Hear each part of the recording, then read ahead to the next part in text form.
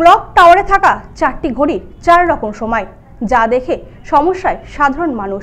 হুঁশ নেই প্রশাসনের। আগামী 48 ঘন্টার মধ্যে ঠিক করার প্রতিশ্রুতি অশোকনগর পৌর প্রধানের। ক্লক টাওয়ারে চারদিকে 4টি ঘড়ি, অথচ 4টি ঘড়ির 4 রকম সময়। ঘড়ির নানান সময় দেখে সমস্যায় পড়ছেন সাধারণ মানুষ। বাসিন্দাদের অভিযোগ, ঘটা করে 21 লক্ষ টাকা ব্যয় করে তৈরি হয়েছিল ওয়াচ টাওয়ার। ওয়াচ টাওয়ার তৈরি হলেও 4টে ঘড়ির 4টে টাইম মানুষকে বিভ্রান্ত করছে। 2023-এর জানুয়ারি মাসে উত্তর 24 পরগনার অশোকনগর শেরপুর এপি ক্লাবের মাঠে সাধারণ মানুষের কথা ভেবে বিধায়ক তহবিলের 21 লক্ষ টাকা ব্যয় করে তৈরি করা হয় একটি ওয়াচ টাওয়ার। ঘটা করে উদ্বোধন করা হয়েছিল এই ওয়াচ টাওয়ারটি। ব্যস্ততম রাস্তার পাশে এই ওয়াচ টাওয়ারটি থাকার ফলে সুবিধা হয়েছিল নিত্যযাত্রীদের, পাশাপাশি গাড়ি চালকদের। কিন্তু বছর ঘুরতে না ঘুরতেই সেই ওয়াচ টাওয়ারের চারদিকে 4টি ঘড়ির 4 রকম টাইম হয়ে রয়েছে। হুঁশ নেই প্রশাসনের, হুঁশ নেই পৌরসভার। বাসিন্দাদের দাবি দেখভাল করার অভাব এবং প্রশাসনের গাফিলতি রয়েছে। এটা হচ্ছে মেইনটেনেন্সের অভাব এবং কিছুটা গাফিলতিও আছে। স্থানীয় জায়গায় স্থানীয় লোক যথেষ্ট আছি আমরা, কিন্তু এইটাকে খেয়াল করা হয়নি, যার জন্য এটা আছে। তবে হ্যাঁ, এটা নিয়ে তো পৌরসভা বা যারা দায়িত্বে আছে তাদের কাছে এটা জানানো হবে যে কেন তারা এটা হয়ে আছে। আমি কেন, আমার মতো অনেকেই লক্ষ্য করেনি এটা, কারণ একটা টাওয়ার তো ওইদিকে চোখটা সবসময় যায় না। যাই হোক, আর এখন তো মোবাইলের যুগ, মোবাইলের ঘড়ি সবসময় কাছে আছে, সেই জন্য আমরা লক্ষ্য করিনি। অশোকনগর পৌরসভার পৌরপ্রধান প্রবোধ সরকার বলেন, আগামী 48 ঘন্টার মধ্যে ঠিক করে দেওয়া হবে এই ঘড়ি।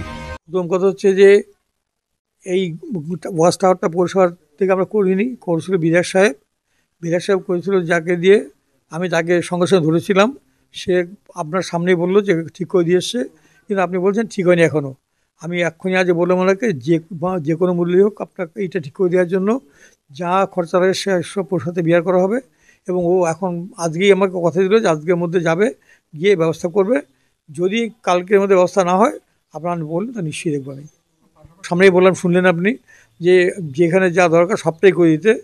মানে কোথাও ভুল হতে পারে, এটা ঠিক, যে যারা এই দায়িত্ব নিয়ে কন্ট্রাক্টে কাজ করে তারা লোকাল লোক দেখেই দেই জন্য, যাতে ধরলে পাওয়া যায়, ভুল হলে ধরা যায়।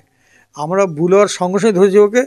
এবং দেখুন, মানে এটা হোয়াটসঅ্যাপে লিখে দেওয়া কোনো কঠিন ব্যাপার নয়, কিন্তু থেকে বসে করাটা কঠিন ব্যাপার।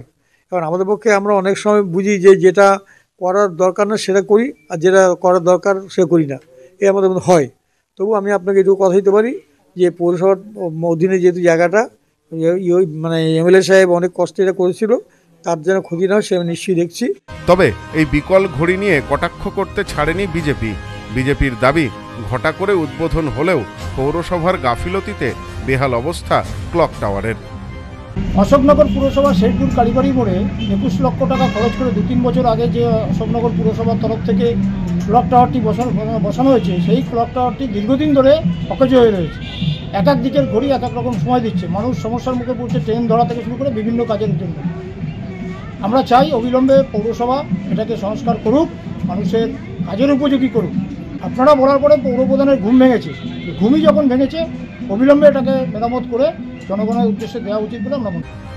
Bureau report, news no man's land, Ashoknagar. বাঙালির সেরা উৎসব দুর্গাপুজো একেবারে দোরগোড়ায়, তাই তো সেজে উঠেছে আদি মোহিনী মোহন কাঞ্জিলাল। নতুন নতুন কালেকশনে সাজাবো গোটা পরিবারকে। আর তাই তো সেজে উঠেছে আমাদের বনগা শাখা, শিমুলতলার মোড়, যশোর রোড, আদি মোহিনী মোহন কাঞ্জিলাল।